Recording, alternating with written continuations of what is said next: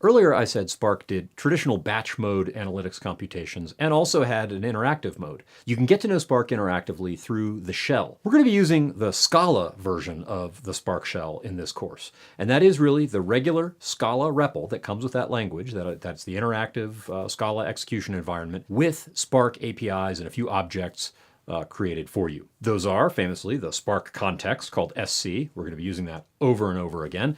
The Cassandra SQL context, or the CSC, and also the Hive context, or HC. We won't touch the Hive context much, but it is there. Now, if you're interested in exploring Python or R, there are interactive clients for those two called PySpark and Spark R. Again, we'll be focusing on the Scala version here. Starting it is just as easy as that. If you're using DataStax Enterprise, type DSE Spark, and you're in a Spark REPL. There are, of course, a number of command line options that, say, might point you at a particular master node over the network, or limit the amount of memory or cores that might be allocated for computation.